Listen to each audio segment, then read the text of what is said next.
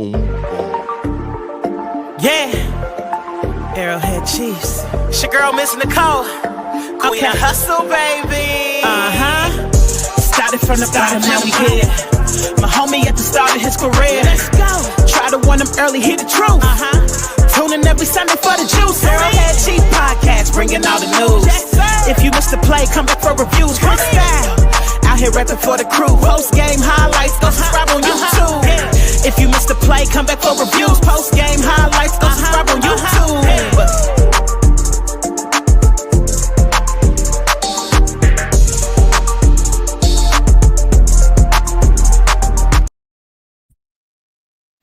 What's up, Chiefs Kingdom? You are tuned in to the Arrowhead Chief Podcast, episode 224, Chiefs Draft Recap. Got a lot of stuff to get into, Chiefs Kingdom. We just had a draft. We're going to talk about all the picks that the Chiefs have made. Do we like them? Do we hate them? Are we about them? You know what I'm saying? So I got my guy Wildcard Mar back in the building. He's going to talk about these players with me. What's going on, Mar? Hey, man, same old, man. Trying to live the dream, baby.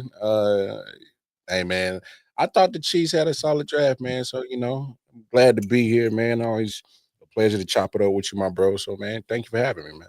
No doubt. Likewise, brother. Yeah, we're going to get into it, man. Yeah, we'll break these players down one by one. But let's get into it, man. First round, man. The Chiefs end up taking offensive lineman, left tackle, Josh Simmons. This was the consensus. We have been hearing this probably for about a couple months now that the Chiefs were interested in Josh Simmons. You saw it in most mock drafts that he was going to drop because of the injury, the patella tendon injury. The word is that, he's progressing, pretty good with the injury, but we'll see. I think this is going to be a red shirt year for this kid, which is fine because that's why they signed Jalen Moore for. You get one more year. You get Jalen Moore on the left side. You get Jawan Taylor on the right, and then next year possibly slide this guy into the left and then put Jalen Moore on the right. Or if they feel if Jalen Moore just balls out so good on the left side, maybe you just put Josh Simmons on the right. But regardless, this kid was if you listen to most of the people who are former scouts, football people, the people who know what they're talking about. If this kid didn't have the patella tendon injury, he would have been picked earlier. A lot of people are sliding this kid as the best left tackle in this class, is from a pure talent standpoint. When you're measuring it up to the draft class last year, which was a way better tackle draft class, people are saying he still would have been picked in the top 10. So that lets you know how talented this dude is. Ryan Day, who was his head coach at Ohio State, said if he had stayed one more year, he would have been the top 5 pick for sure.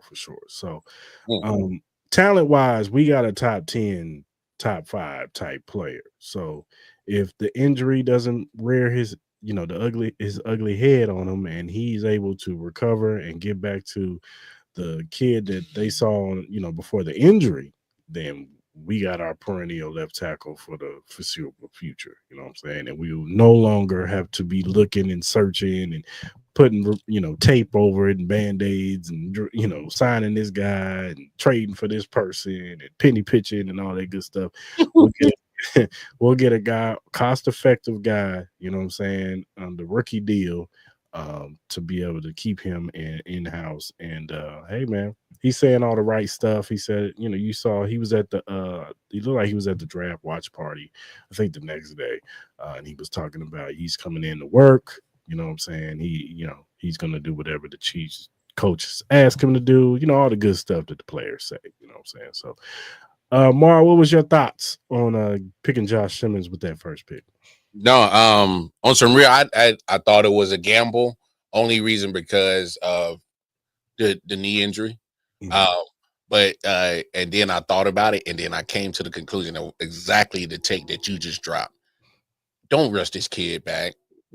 Why? Because one, you're not giving his body the chance to heal, and that transition from college to NFL. I mean, most of the guys will tell you it is elite. And why put a guy in that position who's not 100% physical to deal with that learning curve of going from college to NFL.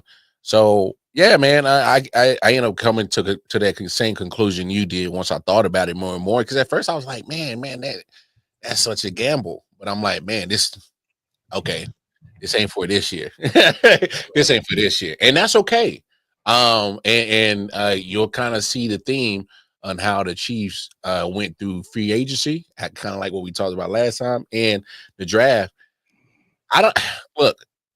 They didn't do nothing sexy, all right? They didn't do nothing sexy, and you know what? I'm okay. They literally went. This was an old school free agency and an old school draft. Yeah. If you look at how they went literally inside out. They literally did. I mean, literally. Look at how they started free agency and look how they started the draft.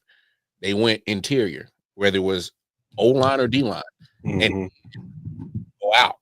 Get your running backs, get your wide receivers, get your linebackers, safeties, corners.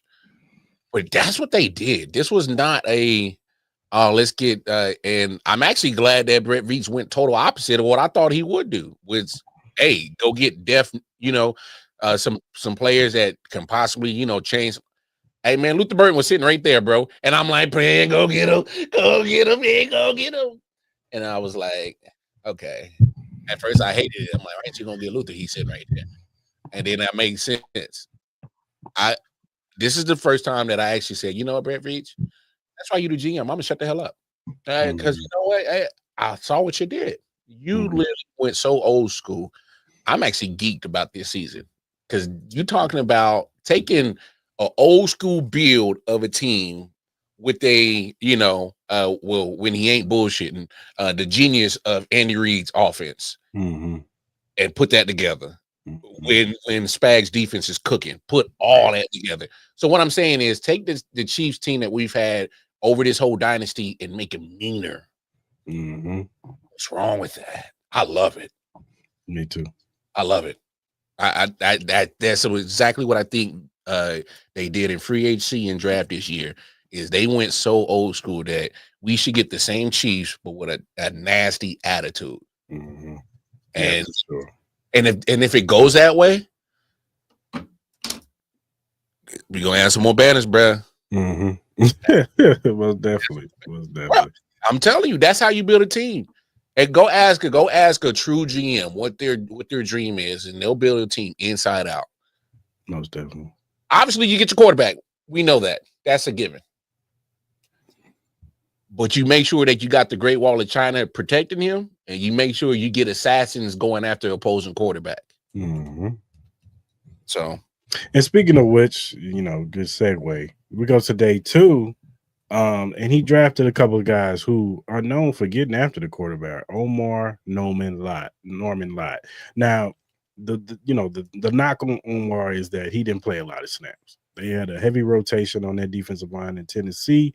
And so he didn't start, they had some guys that were already, because he comes from Arizona State. So when he came over, they had already had guys that were starters. So they were already slotted in. So he was more of a rotational guy, but he had the highest percentage pass win rate at a defensive tackle. Even though he had limited snaps, his get off was crazy. Hey Chris, who does that remind you of? A little bit of Chris Jones. Okay, put him right next to him. A little bit of Chris Jones.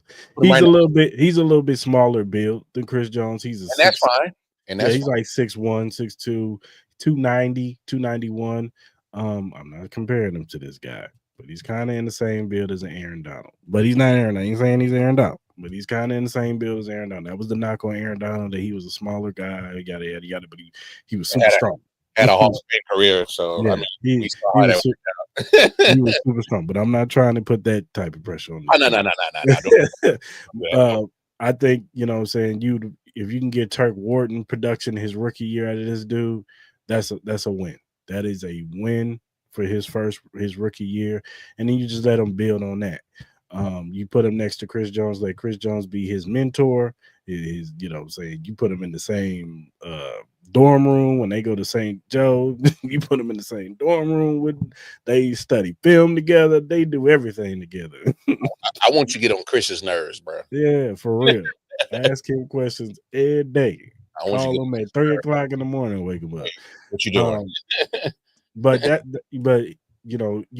my thing with Omar Nomalite is as long as you can affect the quarterback, I'm good with this pick. I know a lot of some people, it's a mixed bag when it comes to him. It's either people are really high on him or some people are just kind of like, I don't know on him. They're kind of like, I think you could have got him later. So, but I like the pick. I wasn't mad at it. And then the next pick, I wasn't too familiar with Ashton Gilliard, but when you watch the tape, oh boy, this kid gets after the quarterback, boy, for real. He's an athletic freak too. He is more of a he's Mike Dana on steroids. Mm-hmm. Hopefully exactly, not for real, but yeah. No, not the real steroids. No, I get what you're saying. I'm just messing with you. He's juiced up Mike Dana. You know what I'm saying? Like he's got the booster packs on his back. But I like this pick too. You know what I'm saying? Brett Veach is like, we're going to attack our defensive line, like you said before. We're going to attack this defensive line. We're going to get more pieces on this defensive line. You add these two guys with the George Karlaftis, with the Charles Omenihu, of course, Chris Jones, Mike Dana, what's his name? Jerry Tillery. Mm-hmm. You add their rotation, Mike Purnell, and you have a nice Felix. You have a nice, healthy rotation on their defensive line where Brett Veach and them, they like guys who can go inside, outside, and you can switch these guys around. And I think Ashton Gilliard has a chance to push Felix for some playing time. I really do. So I think that. And I think Omar is going to be in on situational pass downs. If he could show that he's effective against the run, then he'll get more playing time. But for right now, I think they want to use him. Hey, man, it's 3rd and 15. It's 3rd and 12. It's 3rd and 10. Let's go get the quarterback. Let's go get the quarterback, man. Chris got 2 guys on him. You should be able to go get the quarterback. You know what I'm saying? If it can be just one-on-one, we got a problem. Yeah, for real.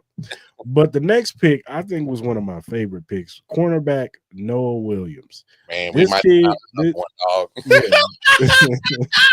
Dude, this guy is a ball hawk. That's all you need to do. He's a good shutdown corner, but he is a ball hawk. He's not a fast guy, but it don't matter because he has good technique. He's physical when he's jamming his guys man to man. But he had 7 interceptions last year. Mm-hmm. I think he had 2 the year before. He had 3 when he played out here for UNLV. I remember when he played at UNLV. He was a ball hawk there too. So this kid, that's what we need on this team. We need somebody who can take the ball away. That is the knock on our secondary, is that we do not take the ball away. And if we can get a kid that can take the ball away, and I do think that he could put some pressure on Jalen Watson for some playing time. Mm-hmm. I wouldn't be surprised if we look up middle of the season and Noah Williams is our number 2 corner. That's how good this kid is, and I'm excited to see this kid. But what are your thoughts on the day 2 picks overall? It goes back to what I said. Here's exactly what I'm talking about, where you continue to get just picks that go inside out. So you go O-line day 1, day 2, first 2 picks is what? Interior on the defensive side. Mm-hmm. And Spags is known. If you remember what he's always been trying to build here, what he's been trying to replicate the whole time here. Remember, he had the NASCAR package in New York that got after Tom Brady. Mm-hmm. It wasn't just Michael Strahan. It was OC. It was Justin Tuck. It was a couple of other cats that got in there that was getting after the quarterback. They had different, like almost like an 8-man rotation deep on the D line. Just the D line itself was like almost 8-man deep. He's been trying to do that here. Obviously, we haven't had all the pieces come around. You've had some good pieces of Karlaftis show up, and then you kind of had the mediocre, and then you're waiting for Felix to come around. Mm-hmm. All right. There was a point we had Emmanuel Agba. He didn't stick around. Then we go, Carlos Dunlap gets a ring with us. Suggs gets a ring with us, But if you look at it, he's kind of always tried to have that rotation of multiple pass rushers. All right. Mm-hmm. So that's what they did in this draft, is more pass rushers and more pass protectors. And then when you get to Noah Williams, all right, Spags loves to put his corners on the island. This guy fits perfect for what Spags loves to do. Oh no, nah, just take out wide receiver one. Just stick with him. Mm-hmm. Yeah. I don't. Don't worry about the coverage behind you. This you and him, man. That's you all day. All day. Shadow him, and where he go, you go. I want you in that man pocket. So that's what you could do with Noah Williams. And if that's what Spags loves to do, and if Noah Williams pans out to what Spags really loves to do, you get the pass rush, and everything works in harmony. That pass rush is doing what they're supposed to do. It makes Noah Williams' life easier. Or if the pass rush ain't getting there, hopefully Noah Williams is good enough to hold it down for a little bit. Mm-hmm. So I love the pick. Hey, first 2 rounds, man. Hey, like I said, it wasn't sexy, but if you stop and look at football and how you build a team, I didn't see the draft grades. I don't care what Fox, ESPN, and CBS. I don't get down with them. We got pretty between B+ and A's. This is an A- draft. Mm-hmm. This is an A- draft. It's not crazy on talent, and that's okay. I'm thinking it's an A+ because it hit needs and it just the strategy of it. This is an A, but I gotta knock it down to an A- because obviously because we're in the backside of those rounds, being so successful every year, we're not going to get the cream of the crop. So, like the Chiefs normally do, we'll finagle, kind of move up and play the chicken game, kind of move up and down on the round and try to find our spot. So, but no, man, first 2 rounds, hey man, self pitch. Hey, Brett Veach, I think he killed it, bro. Yeah, I agree. I think he did his thing. Now the day 3 picks, some of these picks are might be some of my favorite picks too. Getting Jalen Royals, wide receiver out of Utah State, was a steal. This dude was projected to go in the 2nd round. He was a lot of people said at the Senior Bowl, he was the best receiver at the Senior Bowl. Consistently beating corners on 1-on-1 sessions, and it wasn't like some fluky stuff. Like he was really giving them work. Giving them the work. And this kid, he's a fast guy. He has speed down the field. He's a big physical guy. He's kind of similar to a Rashee Rice, but they have some different qualities to him. He, like you said, he could beat man-to-man coverage. He can get open and get separation. So I love this pick. You know what I'm saying? Just adding another wide receiver into this room. And we're definitely going to need it, especially, you never know, man. We got depleted by injuries last year. Sure did. And Hollywood Brown gets hurt, in the first preseason game. You know what I'm saying? Rashee Rice, gets hurt because of Patrick Mahomes, but he gets hurt. He gets hurt. He's out. So now all we got is Xavier Worthy, Juju Smith-Schuster. They had to trade for DeAndre Hopkins, and it was kind of a mess. And it was a miracle that we even made it to the Super Bowl with that.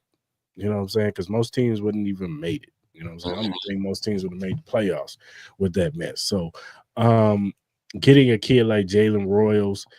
This kid, I think he's going to be able to contribute in year 1. I'm not sitting here saying he's going to get a whole bunch of kisses, but I do think he has the ability to affect and get on the field early. Definitely in a kickoff return and punt return, he has that ability too. But I do love this pick. I can't wait to see this kid on the field. And then in the 5th round, we end up getting linebacker Jeffrey Bassa. He is a linebacker from Oregon. He was a safety his freshman year, and then they were depleted by injuries, and they had asked him to convert to linebacker, and he hasn't not started since.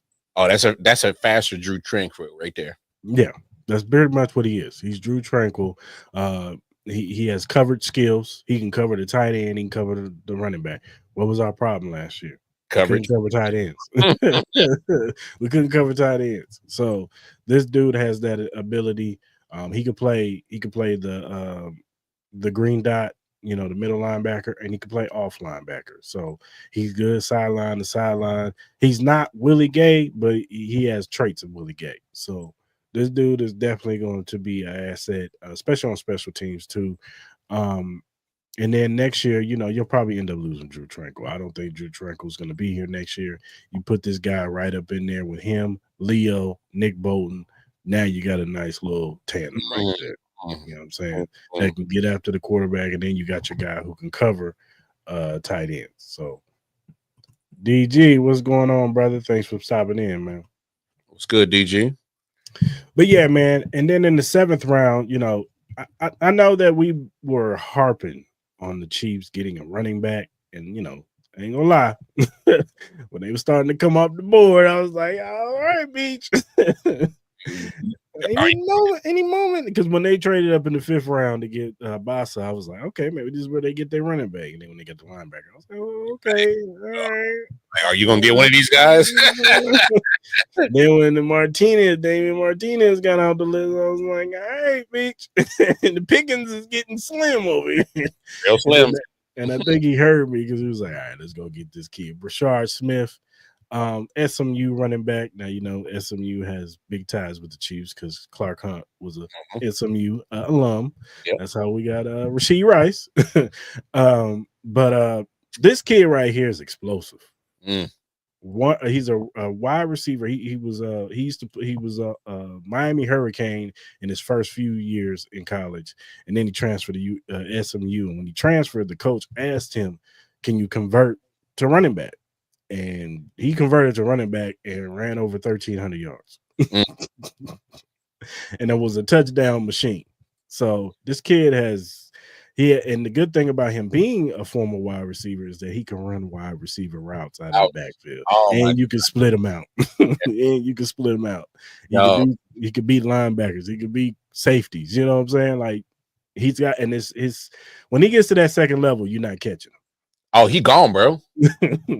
No, yeah. When he get to that second level, and if you watch, if you're a watcher of college football, if you catch the SMU game, you saw it. You saw he was lethal. He was lethal. Yes, I understand people wanted a Travion Henderson or Quinshon Juggins. Them dudes you saw in the second round, they were gone just like that. They were gone, bro. Yeah, you would have to trade a farm to go get those dudes in the second round. So you had to do some work to get that done. You know what I'm saying? So I like this pick. I think he fits perfectly in the Andy Reid system. They can do so much with this kid. If anybody out of all these players, especially on offense, of all these players that could really affect the Chiefs and their impact, is him. I'm gonna say this, and I'm not trying to put this on him. I'm not. Remember when Andy first got to KC? Mm-hmm. You remember what he had in the backfield, bro? Yeah, Jamal Charles. Tell me, I'm not putting that comparison on him.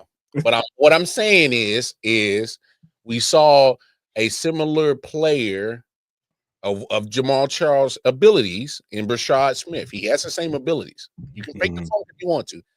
And we saw what Jamal Charles did his first couple of seasons with Andy Reid as his coach. It was totally different from what he was doing with damn Todd Haley and what he was doing with Andy Reid. And if you don't believe me, go back and watch what did dog. He ain't allowed in Oakland. Y'all remember what he did in Oakland? Yes. Yeah. Jamal Charles ain't allowed in Oakland for what he did. That 187 he dropped on them. All right. I remember that game. What I'm saying is Brashard Smith just does a half an ounce in his offense what Jamal Charles did with Andy Reid. We got one. I mean, this pick right here. This is the our scouting department is better than yours pick. No, for real, because we've already done it. Hey, say what you want. Isaiah Pacheco has proved a lot of people wrong, and a lot of scouting department in Kansas City right. This is another 7th rounder that if they hit with what his ability can be and potentially be, they hit again. Look, say what you want. This draft was phenomenal. All right. This was scouting department 101. Mhm. This was great about Brett Veach being a former scout and now our GM is because he's never lost a scout hat. He still thinks like one. He may take the role as a GM and more responsibilities, but I'm willing to bet he still approaches his decision making with what am I seeing on tape? What am I looking at? I bet you this. Never mind. Cause this is your show. I ain't gonna bring this to your show. No. Man. Brett Veach did his thing. For all you Brett Veach haters, this ain't the draft you hate. Now, if we come back in 2 years and none of these guys on the team, by all means, I'll come and eat crow and I will say, hey, this was bad. Mhm. But we can only talk about this on paper and what we are given from what they did in college. Right. They ain't done nothing yet. All right. So Right. going based off of what we've seen and what their production was in college, this is a home run. I'm sorry. Like this whole draft it wasn't just built for this year. It was built for next year with the first pick, our first overall pick, obviously. But yeah, for sure. And then the other picks are, all right, we're going to have some young talent to start getting put in the fold with some of our veterans who are getting up there in age, start schooling these cats. And then we got our Chris Jones possibly in 2-3 years replacement. Hopefully our like you said, our left tackle for the future in 2 years. Or hopefully, we don't know what comes with Brashard Smith. We might have a Jamal Charles for the next 8 years. So there's some things about this draft that if you don't love it as a Chiefs fan, I think you're nitpicking at this point. Yeah, for sure.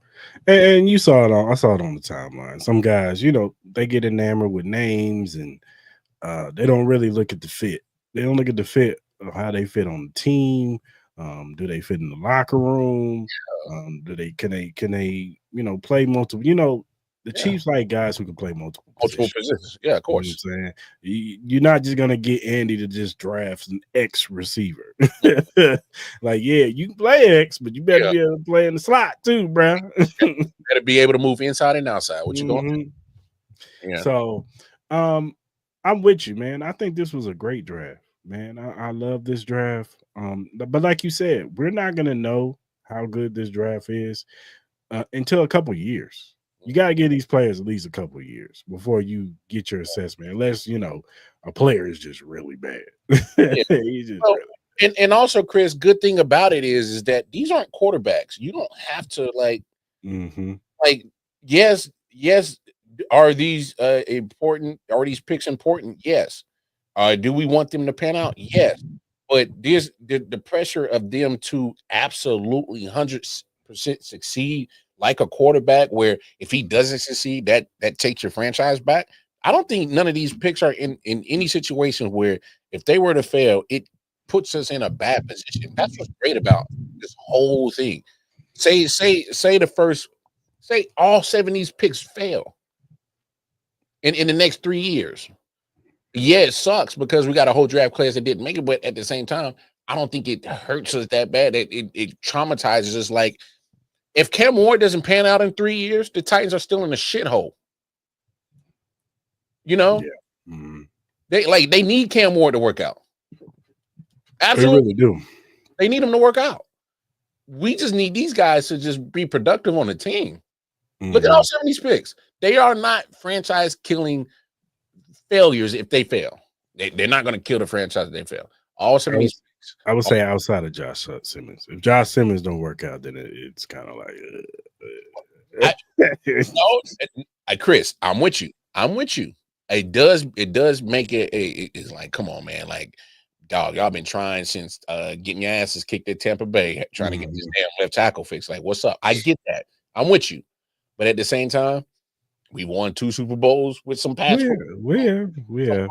But that's what I'm saying. It's not a franchise killer if it was Cam Ward not working out or a situation like that. If it was a quarterback position, I'm like, because we understand the importance of it. Like, you can't sit here and just keep throwing. I mean, look look at the teams that are sucking right now. They keep what's the position they keep effing up at? Quarterback.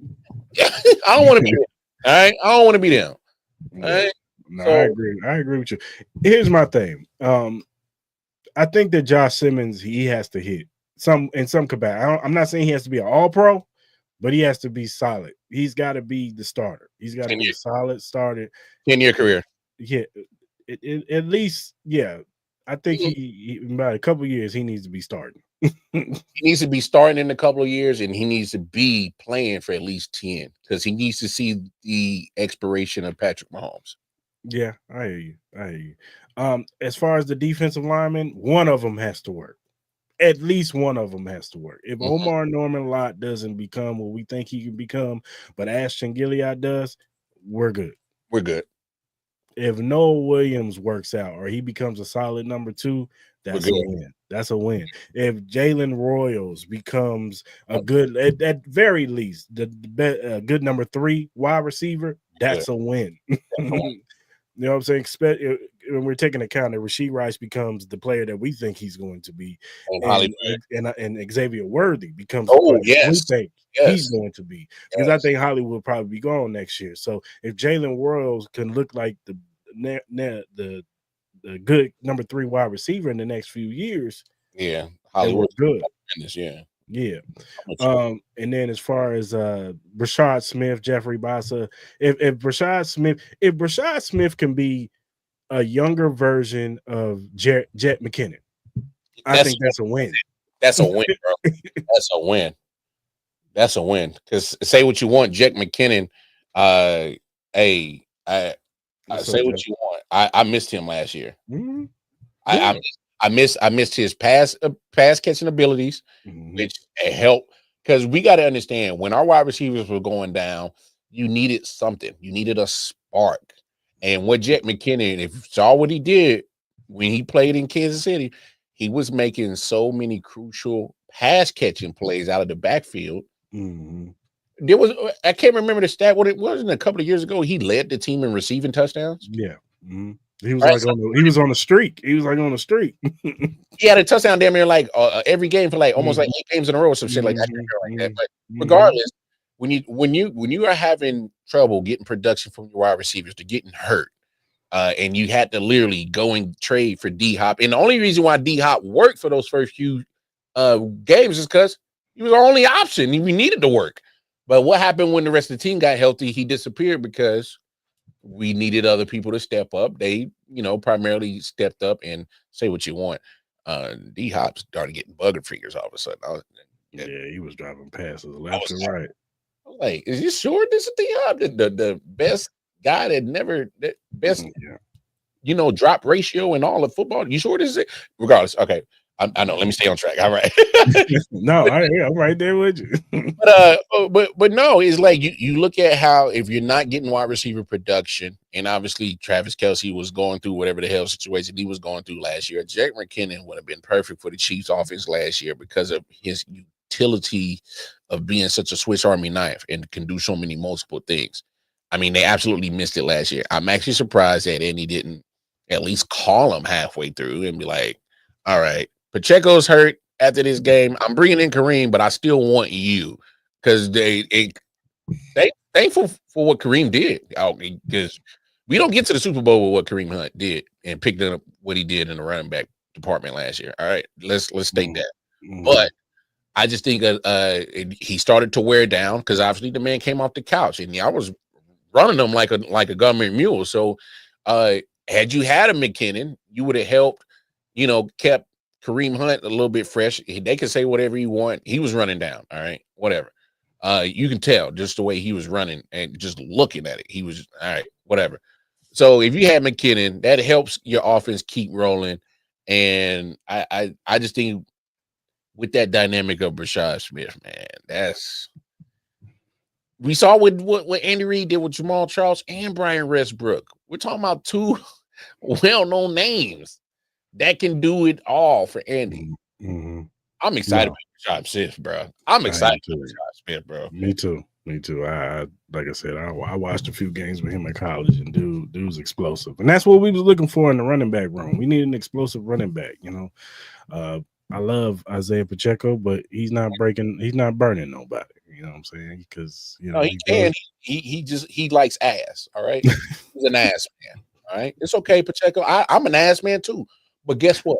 I didn't like ass when I was playing football. All right, you like ass when you play football. Pause. You like running, like Creed or Humphrey looking real delicious to you or something. Huh? Whoa, hey, yo. No, this is Isaiah. This ain't me. He's the one that likes running up in Creed. Hey, if I'm Creed, I'm like, hey, bro, you got to start taking me to Jack Stacks before you just start doing this, bro.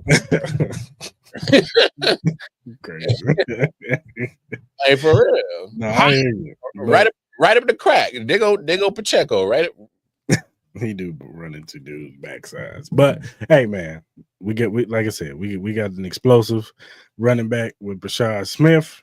But let's get into some of this is where the Chiefs really do their bread and butter. Them UDFAs, man. They always find some gems and some diamonds in the roughs. Here they come. And they found a couple of them in this thing right here. Boy, there's a wide receiver named Elijah Badger from Florida. And let me tell you something. This kid, I'm surprised he didn't get drafted. This kid is explosive. Explosive. West Coast. His comp was Stephon Diggs. Let's stop. I'm just saying that was his comp. Another guy. That's a terrible. That is a terrible comp. Why would they do that? Another guy, Jake Bringenstool, tight end from Clemson. All that dude did was make one-handed catches. That's all he did. A good receiving tight end. Let me tell you something. This kid is nice. I wouldn't be surprised if he makes the roster, man. Another offensive lineman, Esau Poe from Washington State. This is a big kid. Big kid. He could I think he can challenge some of these other guys to make the roster.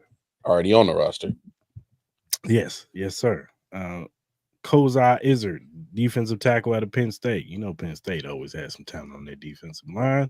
He's another guy that, could possibly crack this roster. And then Brandon George, linebacker out of Pittsburgh. Go look at his RAS score. This dude is an athletic freak.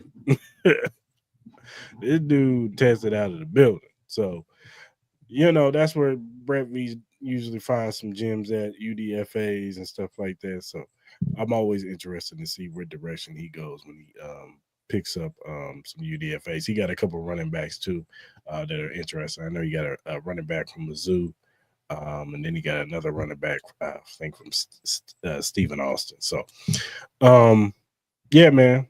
Overall, like I said, I give the draft an A. I think they did real good. They hit on the spots that they need to hit on: offensive line, defensive line, cornerback room, wide receiver. They got another linebacker, and they addressed the running back room. Even though you may not like where they addressed it, they got a guy who's probably should have been picked in the 4th or 5th round. But because the running back room was so deep, he dropped. You know what I'm saying? So, and that's okay.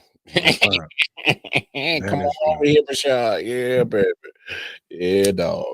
Now, let's go around the league. Let's start off with the AFC West, man. Now, the AFC West, I thought that, generally all three teams outside of the Chiefs actually had a pretty good draft. Starting with the Broncos, they end up getting Amari. No, they didn't get. They got RJ Harvey, but they end up getting Jahdae Barrett, the cornerback from Texas, to match up with him and Patrick Surtain. I think that's going to be a good little tandem right there. That's kind of scary right there. They end up getting then they got a couple of defensive linemen too to add to their defense. But they also, like I said, they got running back RJ Harvey. He's another one who, if he gets to the second level, it's lights out. So that's something we're going to have to watch out for. Playing them. And then on the Chargers, they end up getting Amarion Hampton. What wide receiver did they drafted a wide receiver? I think one of them boys from TCU, I think. If I'm correct. I can't remember. I'm gonna look it up. But yeah, I know they got a wide receiver that was really good. LA Chargers, give me a second, people. Yeah, look at day draft. Draft picks. Yeah, Marion Hampton, first round. Trey Harris, wide receiver from Ole Miss. That's the guy. Trey Harris. He was a really good wide receiver at Ole Miss. Then they got Keandre Lambert Smith from Auburn from wide receiver. And then Aronde Gadsden, the second tight end from Syracuse. Then they went safety for 6 and 7. RJ Mickens, yeah. And so they had a really good draft. And then the Raiders, I think they had a solid. Shout out to my boy Ma. At first he wasn't really too happy with the draft, but they got Ashton Genty. You know what I'm saying? And he's the consensus top running back in this class. They end up getting the wide receiver from TCU, Jack Beck. He's supposed to be really good. They got some defensive guys too. They got their corner, Darion Porter from Iowa State, tall corner, 6'3", like super fast. So I thought they all relatively had a good draft. I don't know what the Bengals was doing. I'm just gonna be real with you. And this ain't just Bengals hate. I did not like their draft whatsoever. They attacked what they needed to attack as far as defense outside of corner. I'm surprised they didn't get a corner. That's what they really needed. But they did attack the defensive lines. They got Shamar Stewart, who has all the potential and all the measurables, but that's what he has. Like he's not. He didn't have no production at Texas A&M.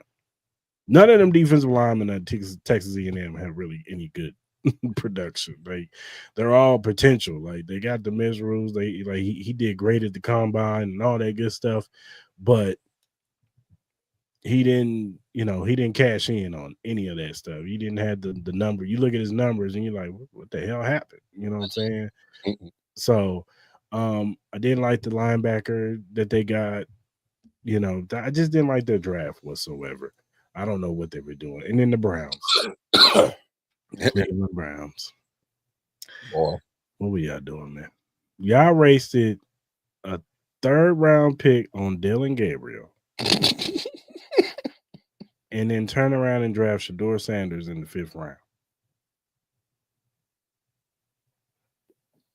When y'all could have just drafted Shedeur in the 3rd. And they ain't got you something else in the 5th round.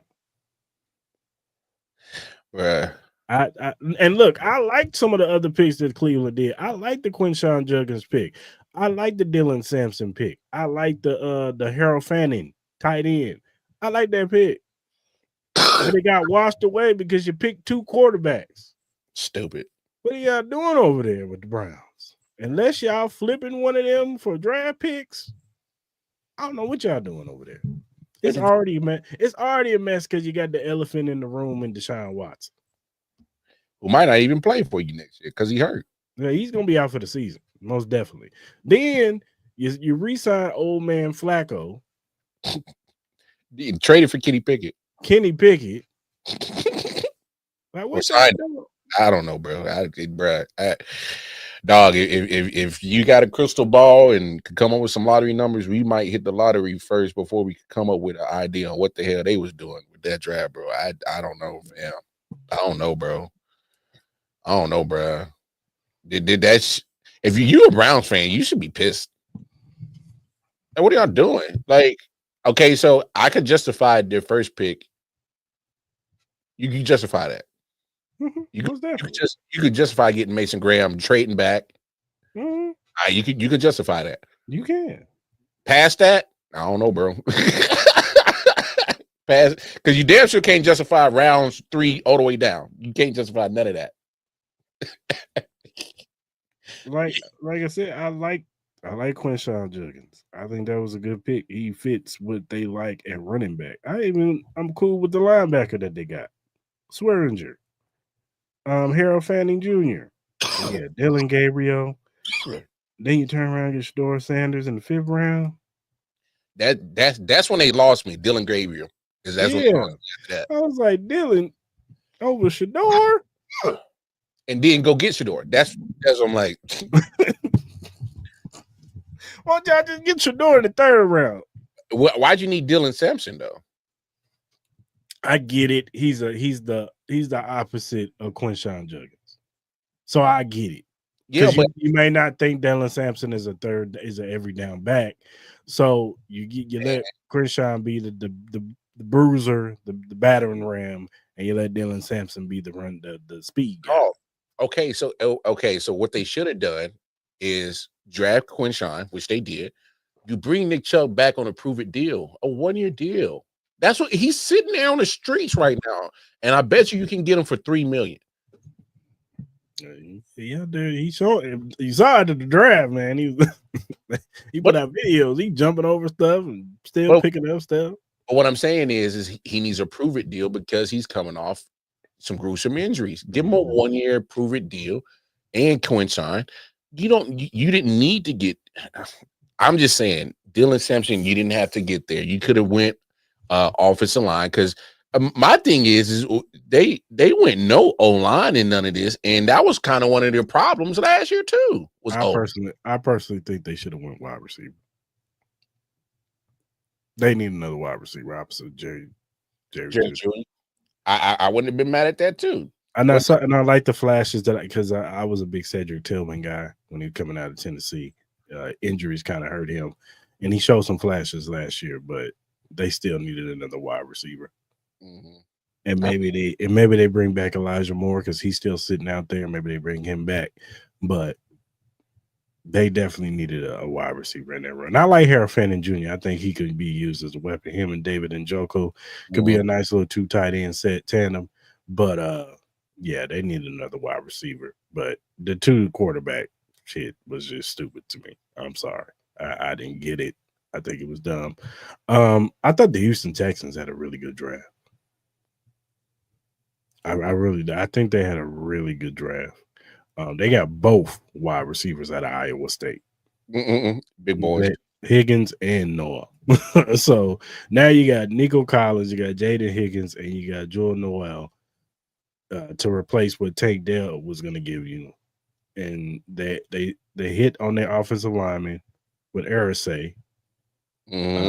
So no, I'm glad you brought them up because that was going to be one of the teams that I wanted to mention because obviously them being direct competition with the Chiefs, and obviously I'm looking at those teams and how they draft, and I was like, shit.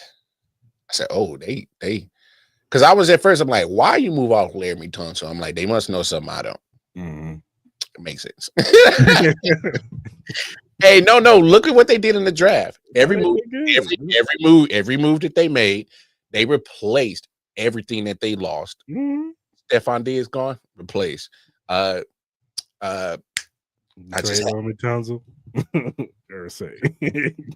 Tunsil, hey, replaced. We don't know how Tank's going to recover. It's okay. I got a replacement just in case. And I don't even think they tapped into the full of Mechie yet.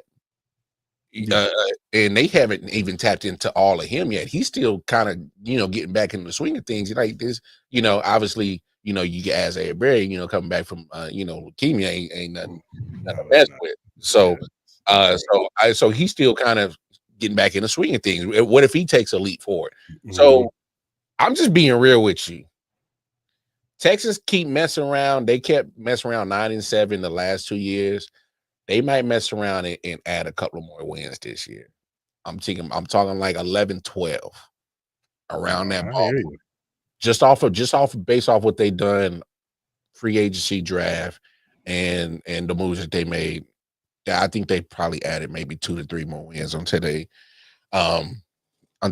schedule, because now this will be their 3rd year that they played a first place schedule. So now they're entering the realm of what we call Kansas City area, where you play first place schedule on a consistent basis now. So now they're battle tested. Now this is year 3 of CJ, D'Amico, and they're getting better. So it's crazy. 3 years ago they were still such a stinking ass dumpster fire, and 3 years later I'm scared of them, and you can act like you're not scared of them, but okay, they're in our rear view mirror, and objects seem always appear to be closer than what they appear to be. So, just understand that. All right. Another team that they always have a good draft because their front office is always great, and that's the Baltimore Ravens. They had another. Oh my gosh! They had another great draft. People, they had another good draft. Getting Malachi Starks in the That first was bad, bro. I said what? I literally was pissed about that one, bro. I was mad about that one. So now you got Kyle Hamilton and Malik Starks. Yes, Malachi Starks in the back. oh, With the second year of Nate Wiggins, you know what I'm saying? So their secondary is going to be really good. what? Mike Green, getting Mike Green to drop. They just add to that defensive line. You know what I'm saying? So then they get another tackle in Emory Jones, who was pretty good. So Ravens always have a good draft. We ain't gonna talk about the Eagles. I'm sick of them. I'm so sick of them damn Eagles. They just but dog.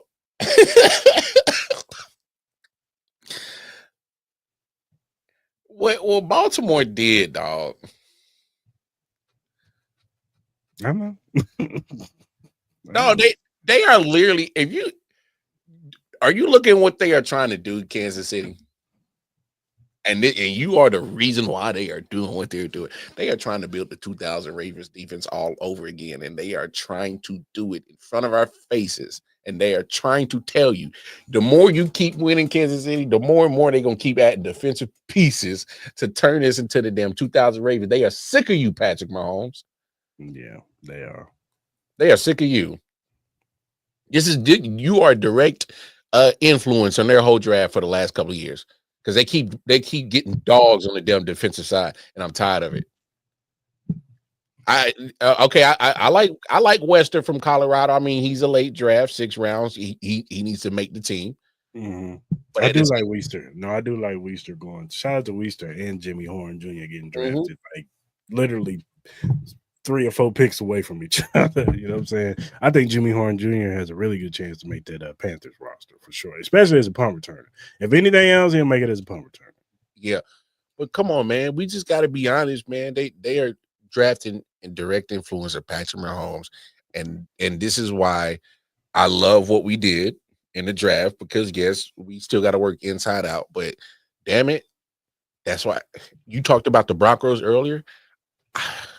All right, I hate Sean Payton. All right, I think he's a total D-bag. All right, I didn't like what he did to Russ. I thought that was disgusting. All right, yeah, but I was like, man, this boating they ain't gonna work out. And what they did last year, I was like, okay, got my attention. But the moves that they've been making in off season, free agency, and draft, they are doing what Baltimore is doing. They are loading up weapons on the defensive side. And they are, and it is another direct influence from Patrick Mahomes, because if there's any team that really scares me right now, Chris, it's the Broncos. I ain't even gonna front with you, bro, because they gearing up. They loading up on the defensive side, bro. They said, hey man, we got shut 15 down, bro. I don't care what they got on offense, but we shut him down, we good. Get him. And we got to get in. We got to load up at all. Dog, they loading up at linebacker, and secondary. I am sick to my stomach what Baltimore and Denver are doing right now. Yeah, for sure. No, they killed it. They killed it. I thought most of the AFC West killed it. You know what I'm saying? I thought, like I said, Jim Harbaugh going over there and what they're doing with the Chargers. You know what I'm saying? They killed it too. They did their thing. So I can't even hate. You know what I'm saying? Like it would be easy for us to hate, but I can't even hate on what they doing. But all in all, man, I enjoyed the draft. I enjoyed what the Chiefs did. Shout out to the Kansas City Chiefs, man. I'm ready for the season now. I'm ready to get things. I'm ready to get things rolling, man. He said, "I'm ready for the season." Let's get this basketball shit out the way. Let's go ahead and get the. Hey, man. Especially, I'm a Lakers fan, so I'm ready to get this out the way, bro. They over here slumming, bro. I'm over here like, boy. My bad, dog. I was like, see, everything that glitter ain't gold. That look of shit, it looked good, didn't it? All right, I don't care. You set up. All you did was set up a star for your future past, LeBron. That's all you did. I don't know, man. Not looking good, player. hey, Ant-Man said, I'm about to pack y'all up, bro. It ain't looking good, man. I thought y'all was gonna handle business and take the Timberwolves out. I thought it was only Ant-Man over there. I was wrong. Like I ain't even gonna front you. I know we're supposed to be sticking to cheese football, but if you've been noticing, they've been letting them play some basketball, so it's been a little bit more physical, and they've been kind of swallowing the whistle. Pause a little bit more on the referee tip lately. So if you look at these scores, it's like 93, 100. It's like old school basketball scores. If you look at some of these scores, I'm like, oh, okay. But if they keep letting them play like that, Brian ain't ready for it. You saw how Ant-Man was buying him. He over here looking at the ref, like, blow the whistle. Nah, man. If they letting you play, man, you got to play physical back. Blow the whistle. Come on. That's all they cook. Because if they let them play physical ball, they cook, bro. They cook, bro. Who you got winning the whole thing, man? Or who you got in the finals? Who you got in the finals? If they letting them play ball like this, OKC in Boston. Because probably the two most complete teams when it comes to offense and defense, in my opinion. Okay. I like Cleveland. I like what Cleveland's doing. I like what Cleveland do, but I mean, I've also seen Spider also kind of fold when it comes big competition. I hear you. And they got a lot to prove. They definitely got a lot to prove. And Boston been there and done that. Hey, what Rick Flair say? What Rick Flair say? To beat the man, you got to beat the man. Okay. I mean, we had the same conversation in the NFL. In order to beat the man, hey, so far the only team that's really been that's beat the man is a souped up Tampa Bay and a loaded up Eagles team so far. So until then, I ain't even trying to hear for nobody else in the NFL. I don't care about them teams. We coming this year. I want a rematch. Do I want to run that? Oh my goodness, I want to run that back so bad. I know we play on the regular season, but that ain't the same thing. No, it needs to be in February, and it needs to be. Where's the Super Bowl at this year? What's that? I forgot where it's at. Oh, Santa Clara. Oh, it's back in Cali again. Mm-hmm. I'm going back to Cali. Well, I mean, it's warm out there. It's warm out there. They don't want to go no cold weather team. What is that? Super Bowl 60? Is it 60? Yeah, because that was 59. That's right. Yeah, probably. Yeah. Oh, that is Super Bowl 60. Yeah, Santa Clara. Bunch of 49er fans out there. Oh yeah. I need some good I need to hit up Chinatown. So Andy Reid, Spags, do what y'all supposed to do and send your boy to Chinatown. Bang, bang, bang, bang, bang, bang, bang, bang. Join one of these contests and try to be a super fan or something. And that takes damn effort. Man, they don't want my raggedy ass, and I cuss too much and I smoke too much weed on my podcast, bro. They don't want none of that with me, dog. Come on, man, you be a super fan, man.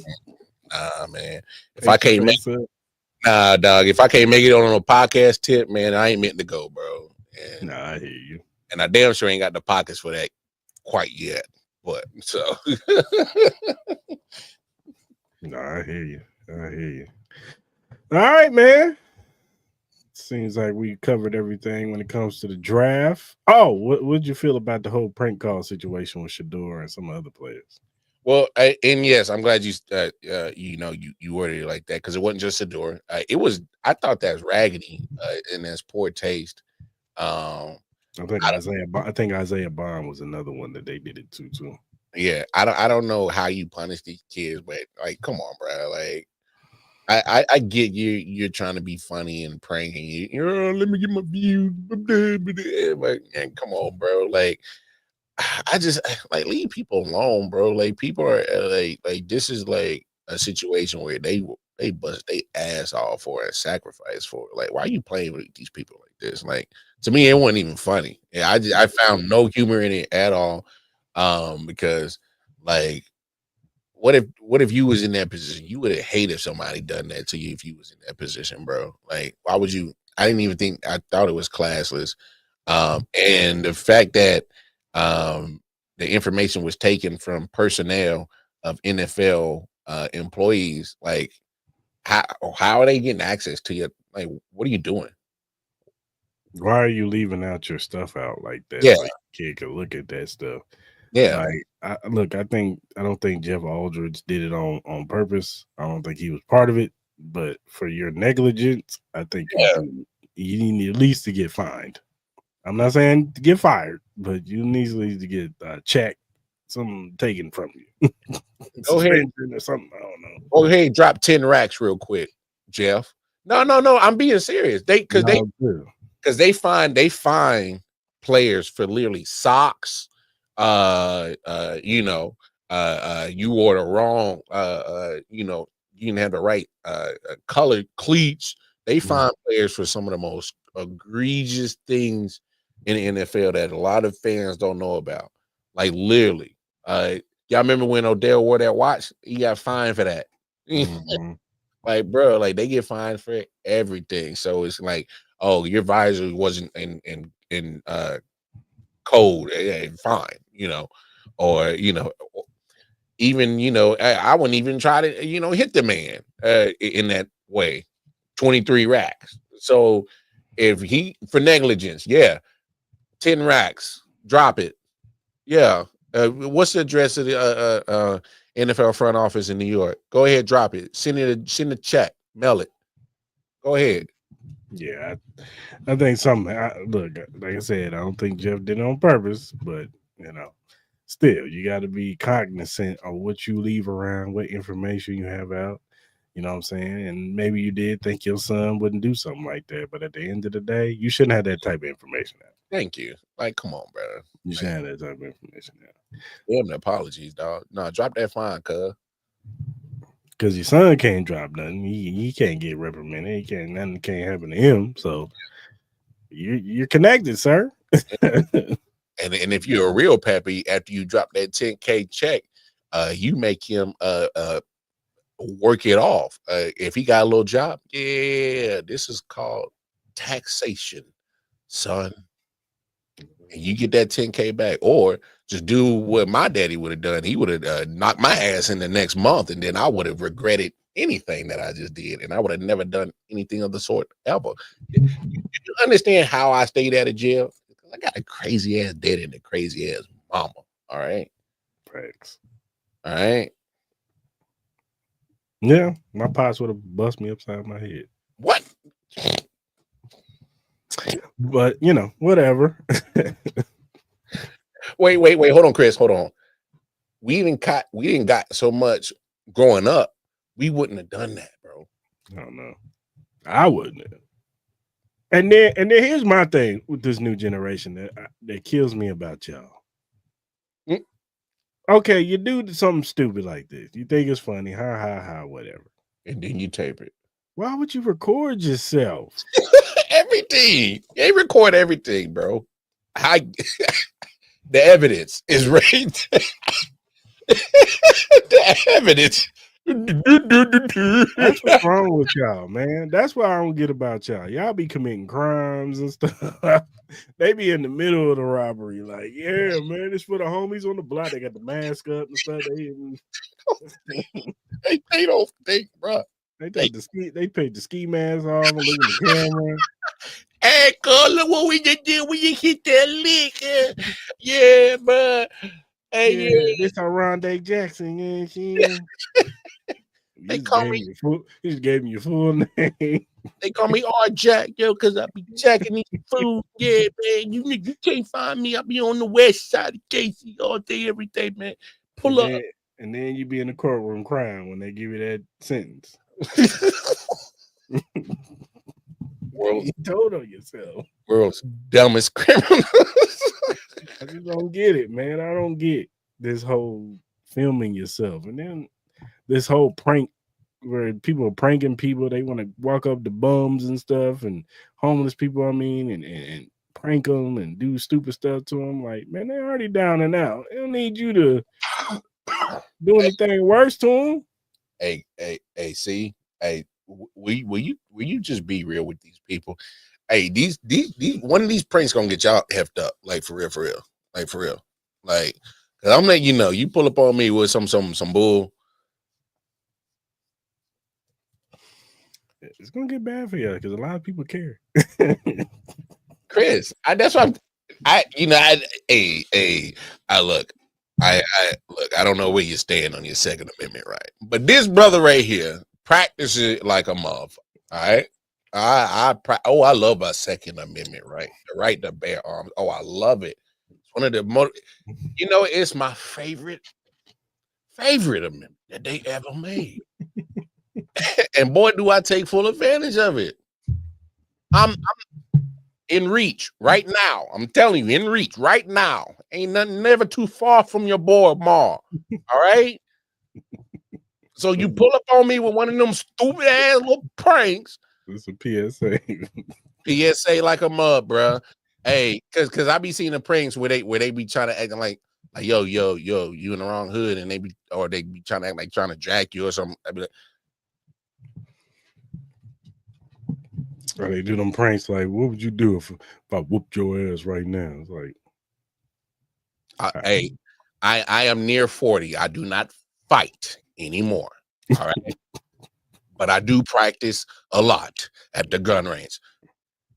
FAFO. Jadakiss said it best, out of shape, but I make sure that my gun's healthy. Anyway,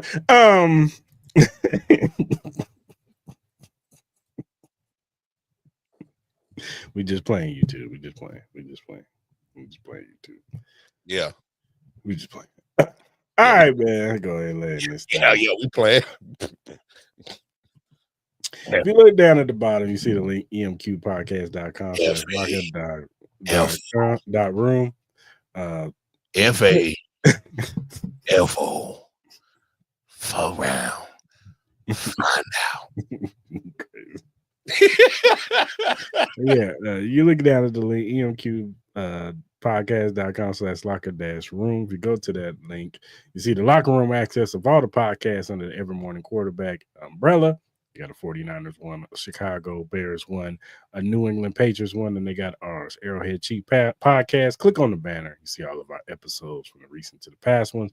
Also, go to their YouTube channel. They got everything. They talk about league-wide, NFL league-wide. They talk about college football, and they give you betting tips for the week. So go ahead and tap in with those brothers over there, Every Morning Quarterback. Whatever streaming platform you use, whether it be Spotify, Apple, Google, Amazon, iHeartRadio, whatever you use to listen to your podcast, the Arrowhead Chief Podcast is available. Also, if you're first time watching on YouTube, hit that subscribe button, that like button, that notification button. So when we go live, usually on Tuesdays, between 5 to 7 p.m., in range, jump into lives. Listen to us give our chief takes. We want to hear your opinion too, whether you agree with us. You might not like these draft picks today. You might say they all suck. We want to hear it. We want to get your reason. And if you're listening on the playback, leave it in the comments section. And whatever social media platform you use, whether it be X, TikTok, Facebook, Threads, Instagram, Twitch, whatever you use to listen or do your social media on, right above Mar. You see that AH Chief Podcast? Go ahead and follow us on that, because we are not Hollywood. Joe, where you been, player? We Hollywood. There you go, Joe. But yeah, go ahead and tap in with us. If you have feedback, you got critiques, if you got a question or topic that's Chief related or NFL related, and we like said topic or question, we will bring it up on the show. We'll shout you out because we want to show love to those who show love to us. So go ahead. Go ahead and follow us and hit us up via DM, email, or our mentions. All right, Chiefs Kingdom. Until next week, I hope you guys have a good rest of your week. Until then, We out. Yee.